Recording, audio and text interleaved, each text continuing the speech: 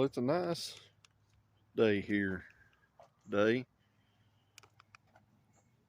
I think it's about time to break out the Sawzall and start cutting the car up so we can put some other stuff inside of it.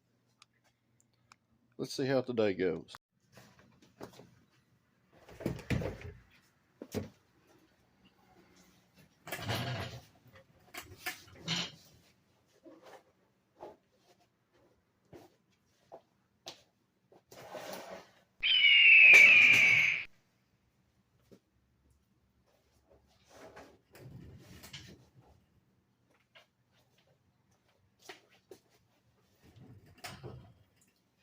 Anytime you do this, you just can't just jump into it.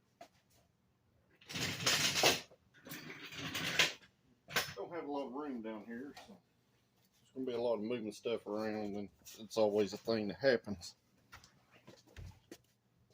But I'll pick back up when I get a little further along.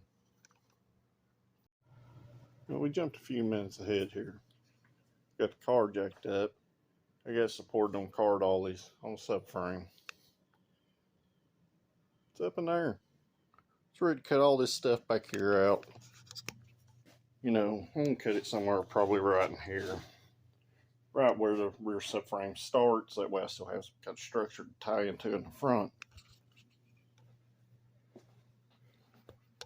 But hopefully by the end of this video, all this stuff will be gone.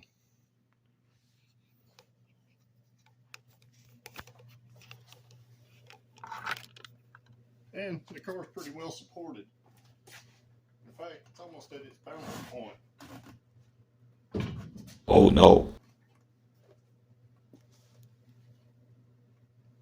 As you can see.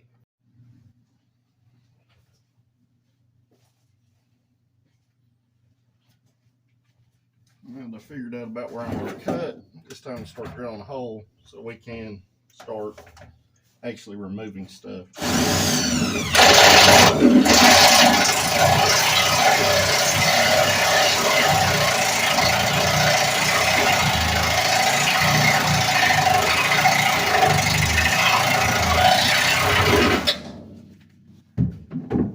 that's not inside this rear cross member right here that the seat clips into.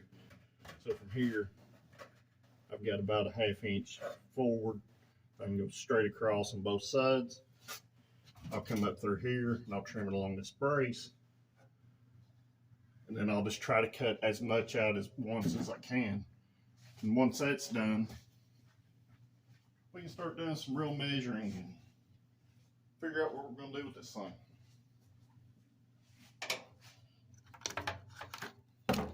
But it all starts with this drilling a hole.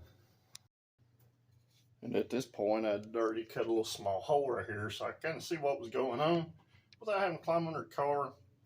I went and took the brake lines loose and pulled them down.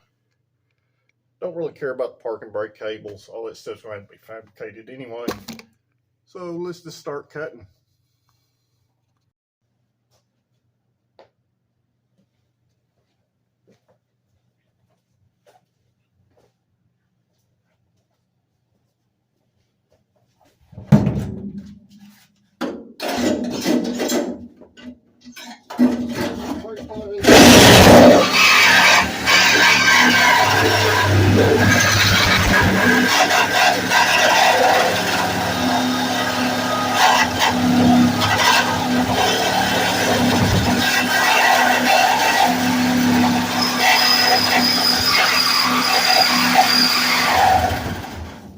That's probably enough of the noise on the video for you. So I'm going to go ahead and cut a little more and then I'll come back to it. Right now, we're actually making the subframe cut on the driver's side. Once I'm through that, I can start intersecting with the wheel well. And at this point, I made a couple more cuts. Had to cut in here. We had some structure right here, some structure on the bottom upward that ties in the inner rocker to the subframe. But as you can see, I drilled a hole up here, made a cut straight down. Took a zip cut, made this cut, pulled this up where I could see what was going on behind it. And at this point, I've went all the way across the floor back here. I'm about ready to make my pie cut out of this corner so I can get that brace cut on the inside. The line's not straight, but it really don't matter because we're going to go back in here and clean this up. May have to cut some more. You never know what you're going to have to do when you're doing something that there's no book wrote before. Now at this point I've done cut my little wedge out, and I went ahead and cut this brace in here. I started up the outer wheel well, or actually the inner wheel well. I'm just going to follow it up around. Then I'll remove the other sides in small sections. Should be a lot easier that way. And at this point I've done cut the rear wheel well on the passenger side out. As you notice, it's dropped down. A lot of people would freak out because I didn't brace the body. This isn't the first one of these cars I've cut up. I cut the whole floor pan out of one, and the body was still square by the measurements. I did pre-take measurements of this car. As you can see here, I cut a little wedge out of the back because rear subframe's right in this area right here. So I'm going to have to make a cut right here straight. And come straight across, straight up the other side and back down, and the whole rear suspension and the whole rear panel come out in one piece. And just a few seconds later, the Sawzall decided to start to get angry and start bucking, and of course it broke the blade. Which is funny because I wasn't even cutting it through anything thick. This is just single thin sheet metal right in here. You don't really get a brace until you get to this area here, and over here at the subframe on the driver's side. Once you cut all that out, as long as you don't cut none of this inner structure right here out, the body will be perfectly fine. And at this point, I know y'all just want to hear a darn Sawzall run or a grinder or beating and banging the whole video. So I went ahead and finished making my cut over here to the driver's side. I've already made the cut up. I only have about 12 inches to go. And all this stuff should just fall right out the bottom. We'll see how it goes. And now at this point, I've done finished the cut all the way on that side. I've already done cut the cut up front, the cut there. This thing should just fall right out the bottom. Let's see what happens. Let's take the jack out from under it. Well, it definitely moved. Don't look like we got a whole lot here holding this up. It's probably just parking brake cables. We'll zoom right up under it and hack them things off. And maybe we can get this out from under the car, because it's loose. Didn't work close. Well, I kind of jumped ahead of the gun here. It wasn't necessarily that holding it up, because the cut was so tight right here on the subframe. When I dropped it down, the rear fell first and wedged it in the car. We're good and loose. I still got to cut those parking brake cables.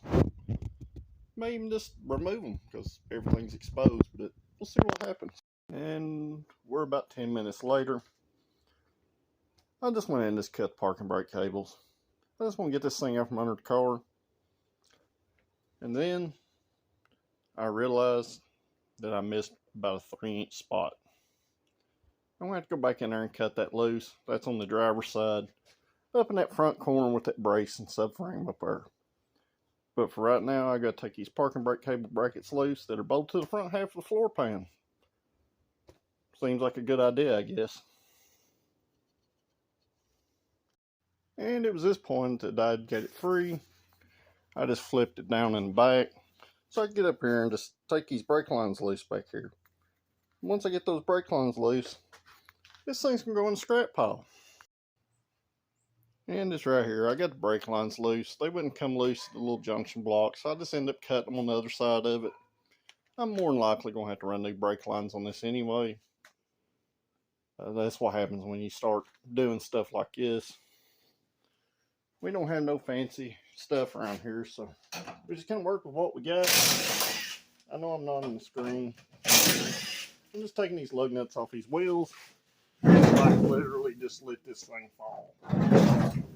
The rest of the way. That way it'll come out from under the car without having to jack it up.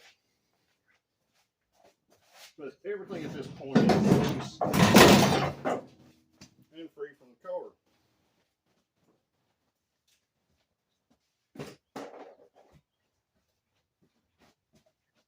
At this point, most people be like, what did I get myself into? Man, I really screwed up. Yeah, I made a couple of bad cuts down here, especially in the rocker panel area. Kind of overshot where I was shooting for. But that's fine. More than likely, I'm going to have to flare these quarter panels anyway. And I'll just go in there and weld this stuff up as needed. So, the floor panel up. At least the rear side of it. And Geo stuff, it's not that heavy. This roller only weighed 854 pounds with all the sheet metal on it and the doors. So we're going to try to shoot to stay under that. So we'll see what happens. And at this point, I just literally just finished dragging it out from under the car. We got a big old honking hole here. We're going to have to do some reinforcements, especially up there to tie that subframe together. And most importantly, so we have a place to mount the subframe. It comes out of that. Because what's in that is going right here. If you're wondering, this is what the rear cut looked like after I cut it. There's still a lot more to trim, but we're making progress. And now that I've about got myself pinned in the garage, I gotta move some stuff again. So I can get this whole piece right here out there on the side. So it can be hauled off for scrap. And it was right around this point where I was like, I really need to weigh this stuff so I know what it all weighs, because I know what the roller weighed when I started. It really helps when trying to build something like this and you're trying to keep it light as possible to know what you've taken out of it. I swept up about 3 pounds worth of dirt and metal shavings and small pieces that fell out from our car and out of the subframe. So let's get the scales out and see what we got. So we got the scales out, all zeroed up.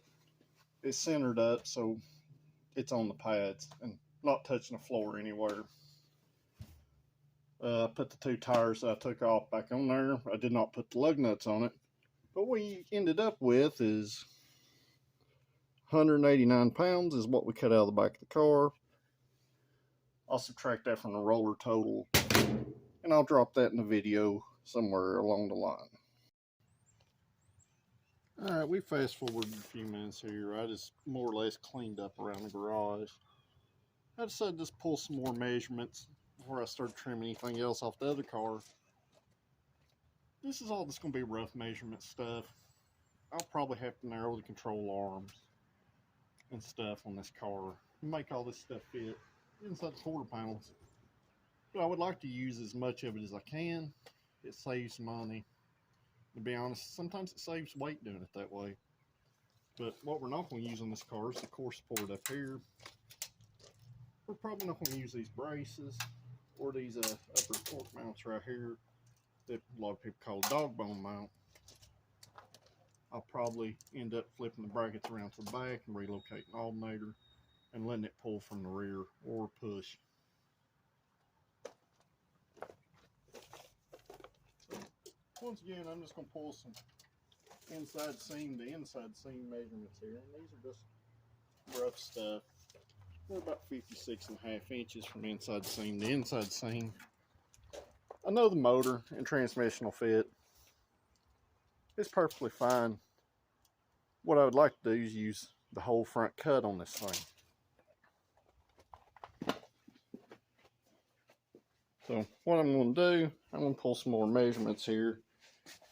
And I'm just going to sit y'all down just temporarily. Maybe adjust this camera some. We can see some kind of motion. In this car, from the inside to inside is about 51 inches. And that's just rough measurement. We're going from right here below the quarter window where your interior trim panel would be. Which means there's not a whole lot of room past that. There might be a lot of narrowing done. But like I said, sometimes you just have to make stuff fit the way you want. But that one's 51.5, and I believe that other one was 54.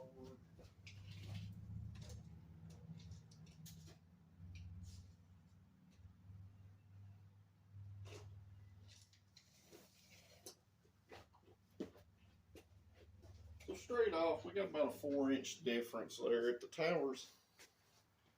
Like I said, not a real big deal because inside the quarter panels here to the outer shell, we got about 5 inches on each side.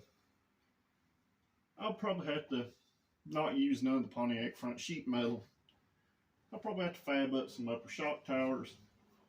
And when I narrow everything, they'll move in also anyway. And that's another reason I'm going to have to relocate the alternator, because it's right there on top of it. And the shock tower is probably going to end up somewhere, or the strut tower, it's going to probably end up somewhere in this area.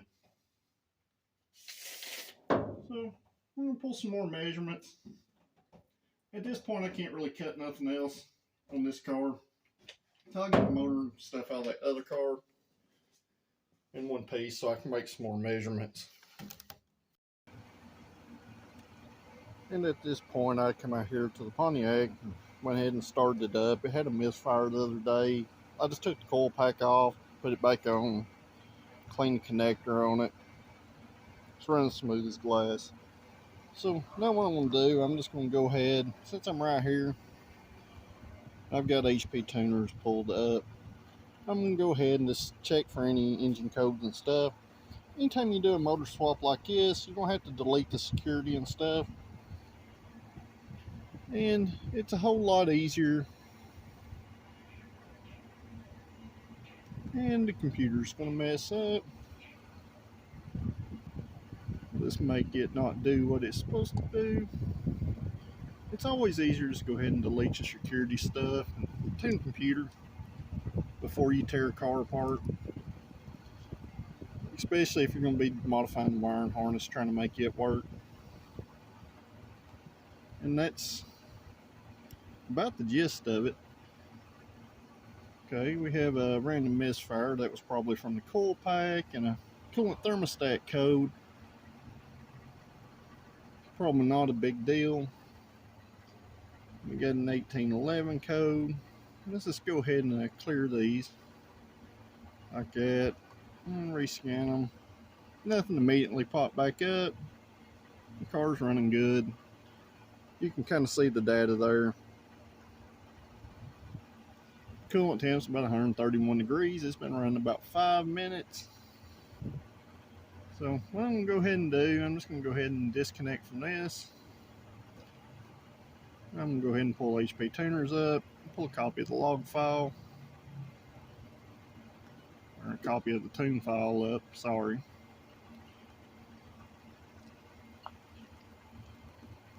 And this is an older version. This is a 2007 model Grand Prix. And this will be our donor. A buddy of mine's mom bought this car new. Unfortunately, it's not lived a real nice life since she got rid of it. And it's pretty rough. It runs good. It's been well maintained its whole life. It's just not worth fixing. In reality, it's an $1,800 car if it was nice. Needs a paint job. Needs a good cleaning. It's got a little bump on the right front up there. So it'll need a hood and a front bumper cover at least. It's just not really worth putting money into. So we're going to use as a donor.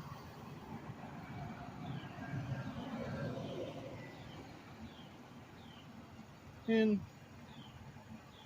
we'll just see what happens.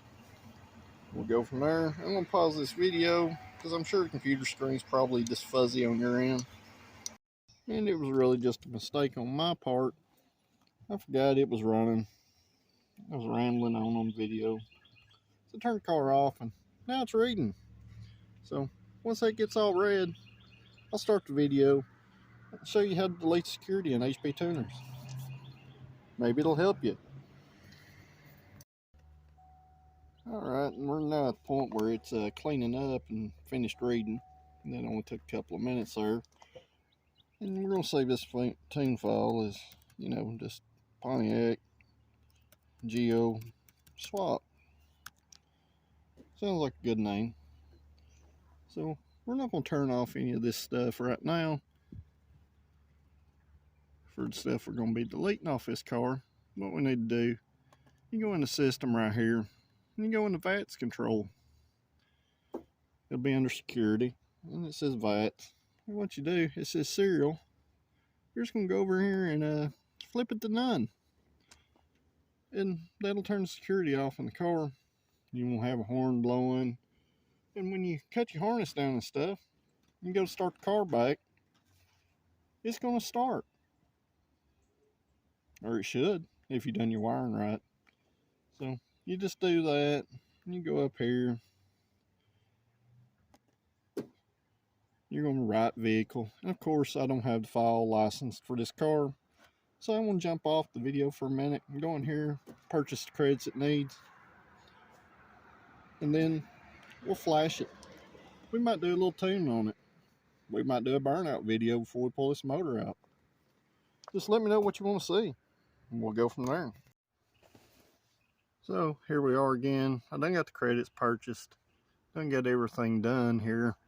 Fixing just to go ahead and write everything here. I did go inside and turn off some of the torque management in it. Other than that, just the security. Just kind of dumbed down everything a little bit as far as torque management. The tune in this, when I was looking through it, is pretty pathetic, which is surprising because these cars do run stock. But literally, a few keystrokes, a couple clicks here and there. And now we're writing. Looks like it's going to take about 6 minutes.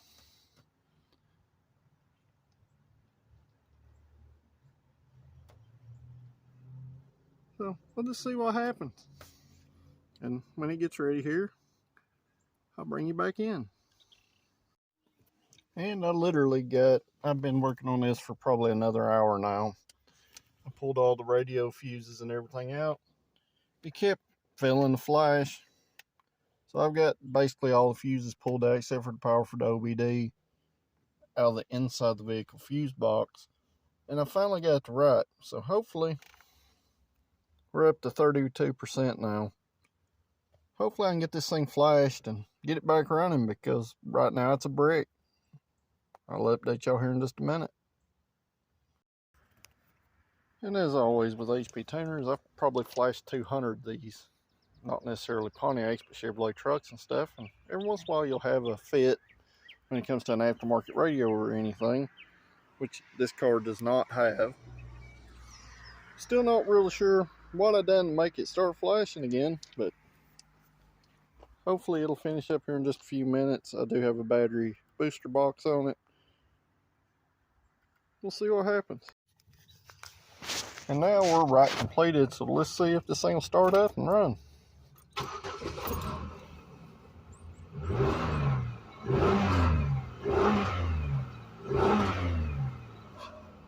Sounds like we're back in business. That's where I'm going to end this video. I'd appreciate it if you'd like, share, and subscribe. I'm trying to get this thing kind of going off, and it's kind of a slow start, so any help would be greatly appreciated. Thank you.